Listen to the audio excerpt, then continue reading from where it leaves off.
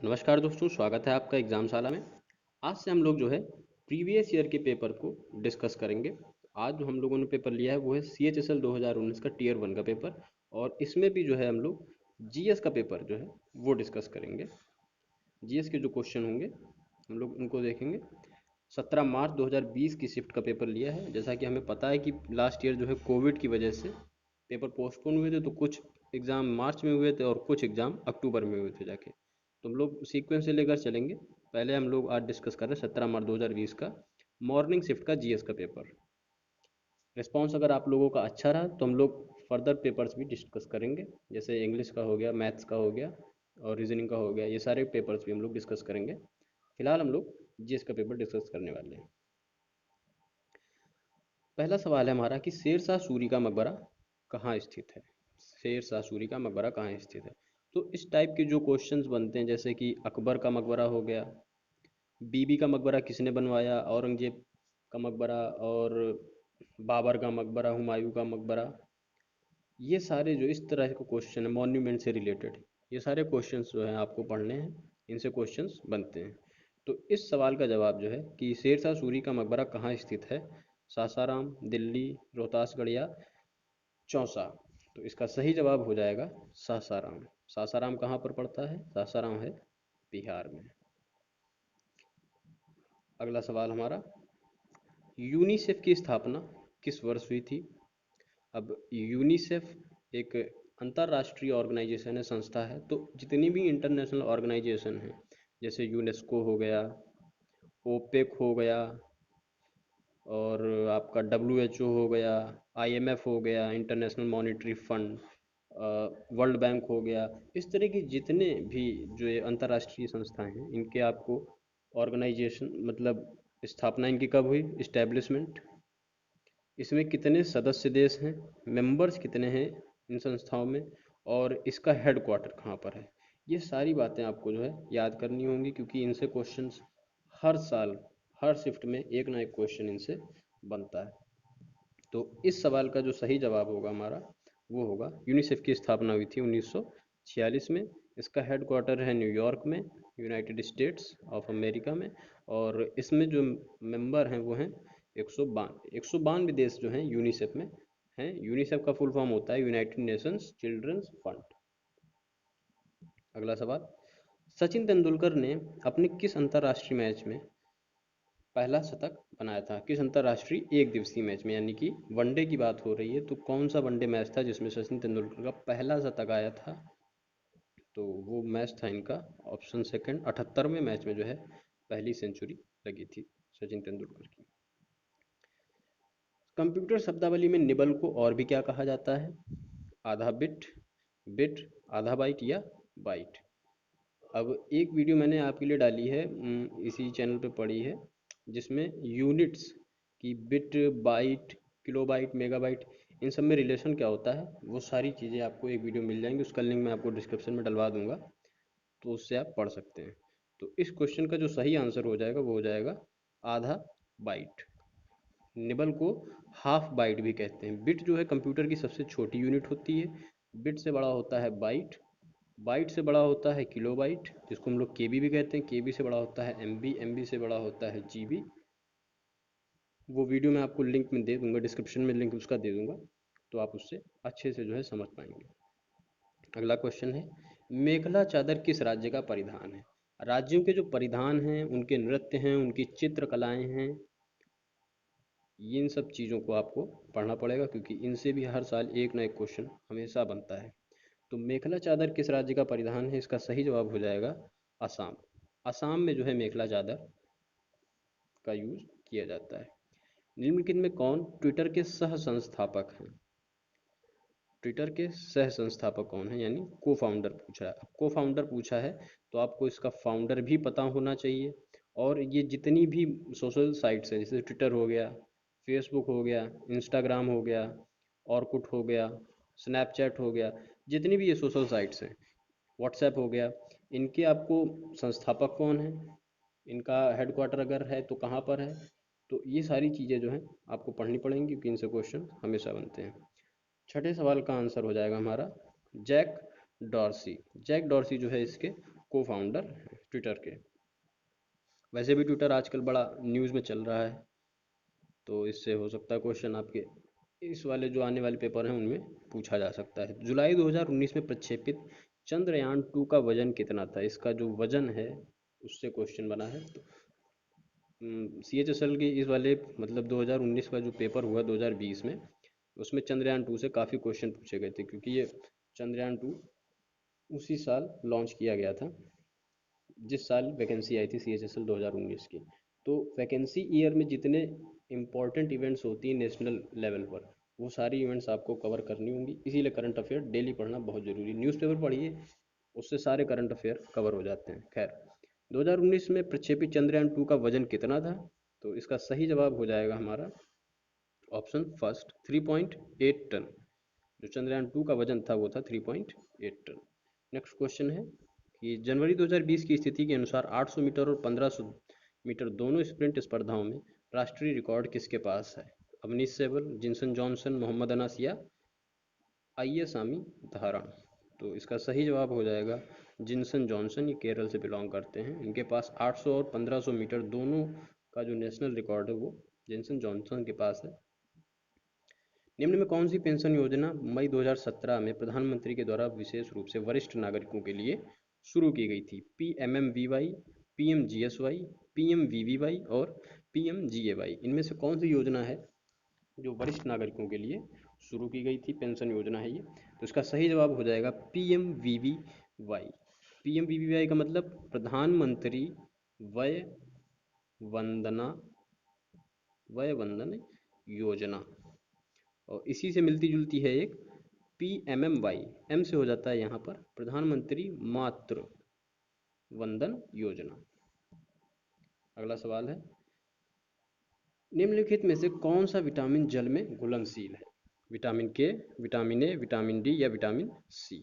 तो इनमें से जो जल में घुलनशील विटामिन है वो है विटामिन सी। विटामिन सी जो है वो जल में घुलनशील विटामिन है। इसको याद रखने का सबसे बड़ा तरीका है WBC। जैसे RBC WBC आप पढ़ते हैं, red blood cell, white blood cell, तो उसी तरह से WBC में आप ये भी एक निकाल सकते हैं कि W से हो गया वाटर, और वाटर में जो है विटामिन बी और विटामिन सी घुलनशील है। बाकी के विटामिन जो हैं वो वसा में घुलनशील होते हैं। नेक्स्ट क्वेश्चन है कि कौन सा मंदिर चोल साम्राज्य का एक उदाहरण है? विरूपाक्ष मंदिर, बादामी मंदिर, चेन्ना केशव मंदिर या ऐरावतेश्वर मंदिर। चोल साम्राज्य, पांड्य साम्राज्य, चालुक्य वंश, ये सारी जो डायनेस्टी थी एंशियंट हिस्ट्री से, तो इन्होंने कौन कौन से मॉन्यूमेंट बनवाए, इनके मॉन्यूमेंट, और जो ये लोग दान देते थे उन दानों के भी नाम होते थे, तो वो सारी चीज़ें आपको कवर करनी है। इस क्वेश्चन का जो सही आंसर हो जाएगा वो हो जाएगा हमारा ऐरावतेश्वर मंदिर, जो है वो चोल साम्राज्य द्वारा बनवाया गया था। जनवरी 2020 की स्थिति के अनुसार BCCI के अध्यक्ष कौन है? हर्षा भोगले, अनुराग ठाकुर, सौरव गांगुली, सुनील गावस्कर। इस तरह के इजी क्वेश्चंस भी आते हैं और टफ क्वेश्चंस भी पूछे जाते हैं, सब मिला जुला कर पूछे जाते हैं। तो इसका सही आंसर हो जाएगा हमारा सौरव गांगुली। BCCI के अध्यक्ष 2020 तक थे, अभी भी हैं सौरव गांगुली ही BCCI के अध्यक्ष हैं। BCCI की फुल फॉर्म होती है board for control of cricket in India. Board for control of cricket in India. निम्नलिखित में से कौन सा राज्य भारतीय संविधान की छठी अनुसूची में शामिल है? छठी अनुसूची में जो नॉर्थ ईस्ट के कुछ राज्य शामिल हैं उनमें से एक और कौन सा राज्य है जो इन ऑप्शन में दिया गया है जो छठी अनुसूची में शामिल है? तो उसका सही जवाब है मेघालय, जो है वो हमारे छठी सूची में शामिल है। चलिए, छठी अनुसूची में और कौन से राज्य हैं जो शामिल हैं, उनके आंसर जो है उनके आप नाम उनको कमेंट बॉक्स में लिखकर बताइए। अंतर्राष्ट्रीय ओजोन दिवस कब मनाया जाता है? 16 सितंबर, 2 अक्टूबर, 9 अगस्त, 31 अक्टूबर। क्लाइमेट से रिलेटेड जितने डेज होते हैं, जैसे पर्यावरण दिवस, पृथ्वी दिवस, जल दिवस, ये ओजोन दिवस हो गया, ये जितने हैं ये आपको पता होने चाहिए कि कौन सा किस दिन मनाया जाता है, और जो रीसेंट ईयर हो, मतलब जिस साल वैकेंसी निकली हो उस साल अगर ये वो ईयर मनाया गया तो उसकी थीम क्या है, उसका विषय क्या है, वो भी आपको याद होना चाहिए। तो इस क्वेश्चन का सही आंसर हो जाएगा 16 अक्टूबर को जो है ओजोन दिवस मनाया जाता है हर साल 16 सितंबर को। कौन सी नली है जो मूत्र को किडनी से मूत्राशय तक ले जाती है? मूत्रमार्ग, मूत्रवाहिनी, महाधमनी या रंध्र संकोचन पेशी। कौन सी नली है जो मूत्र को किडनी से मूत्राशय तक ले जाती है? तो इसका सही जवाब हो जाएगा हमारा यूरेटर, यानी कि मूत्र वाहिनी जो है मूत्र को किडनी से मूत्राशय तक ले जाने का कार्य करती है। कशाभ यानी कि इंग्लिश में बोलते हैं इसको फ्लैगला, ये एक बाल जैसी संरचना होती है। ये किस जीव के चलने के उपांगों के रूप में कार्य करती है? विषाणु यानी कि वायरस, बैक्टीरिया यानी जीवाणु, अमीबा और पैरामीशियम। इनमें से किसके उपांगों के चलने के उपांगों के रूप में फ्लैगला यानी कशाभ कार्य करता है? सही जवाब है हमारा जीवाणु। जीवाणु के जो है चलने के उपांगों के रूप में कसाब काम करता है। नेक्स्ट क्वेश्चन हमारा 17वां सवाल है कि निम्नलिखित में से किसे 2019 में पद्म भूषण सम्मान से सम्मानित किया गया? भूपेन हजारिका, विराट कोहली, मोहनलाल या सुनील छेत्री? तो इनका सही जवाब है हमारा ऑप्शन थर्ड, मोहनलाल विश्वनाथन। ये साउथ इंडस्ट्री के एक्टर हैं, बेसिकली केरल से बिलोंग करते हैं, और इनको 2001 में पद्मश्री से भी सम्मानित किया गया था और 2019 में इनको पद्म भूषण अवार्ड मिला है। इनमें से कौन सा विश्व का सबसे बड़ा नदी द्वीप है? द्वीप नहीं, द्वीप एक समुद्र में होता है जो चारों तरफ से पानी से घिरा होता है, लेकिन वो पानी होता है समुद्र का। ठीक है, वो हो जाता है एक द्वीप। लेकिन जो नदी के पानी से चारों तरफ से घिरा होता है वो हो जाता है आपका नदी द्वीप। तो सबसे बड़ा नदी द्वीप कौन सा है? हमारा आंसर हो जाएगा माजुली द्वीप। ये जो है ब्रह्मपुत्र नदी में बनता है, अरुणाचल प्रदेश और असम के पास, जहाँ पर ये बॉर्डर है अरुणाचल प्रदेश और असम का, वहाँ पर जो है ये आपको बेसिकली असम में जो है ब्रह्मपुत्र नदी में माजुली द्वीप आपको मिल जाएगा। शरावती नदी में से निम्नलिखित में से कौन सा झरना निकलता है? शरावती नदी में से इनमें से कौन सा झरना निकलता है जो शरावती नदी से निकलता है? सूचीपारा, होगेनकल, जेरसप्पा या अथिरापल्ली? तो इनमें से जो है जेरसप्पा झरना है वो शरावती नदी से निकलता है।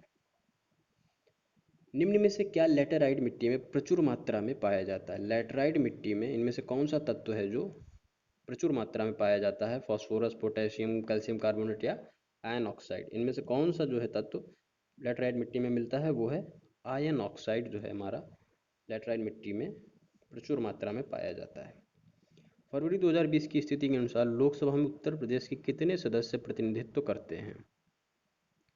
80, 39, 40 या 62? तो बड़ा सरल सा सवाल है ये, इसका आंसर हो जाएगा 80। सबसे ज़्यादा लोकसभा की सीटें जो हैं वो उत्तर प्रदेश से ही आती हैं, 80 सीटें। और विधानसभा की भी जो है सबसे सर्वाधिक सीटें हैं वो भी उत्तर प्रदेश की हैं, 412 प्लस कुछ हैं, या शायद 412 ही हैं, कन्फर्म क्लियर नहीं मुझे भी। जनवरी 2020 की स्थिति के अनुसार सबसे युवा शतरंज ग्रैंड मास्टर का खिताब किसके नाम था? परिमार्जन नेगी, रमेश बाबू प्रद्यानंद, विश्वनाथन आनंदिया, डी गुकेश? तो इसका सही जवाब हो जाएगा हमारा option fourth, D Gukesh. D Gukesh के पास जो है सबसे युवा शतरंज ग्रैंड मास्टर का खिताब है, और ये सेकंड जो हैं यंगेस्ट ग्रैंड मास्टर हैं, जो सबसे कम उम्र के हैं दूसरे। इनसे पहले एक और हैं, उनका नाम नहीं याद है मुझे, ये तमिलनाडु से बिलोंग करते हैं, डी गुकेश। जनवरी 2020 तक की स्थिति के अनुसार यस बैंक के प्रबंधक निदेशक कौन थे?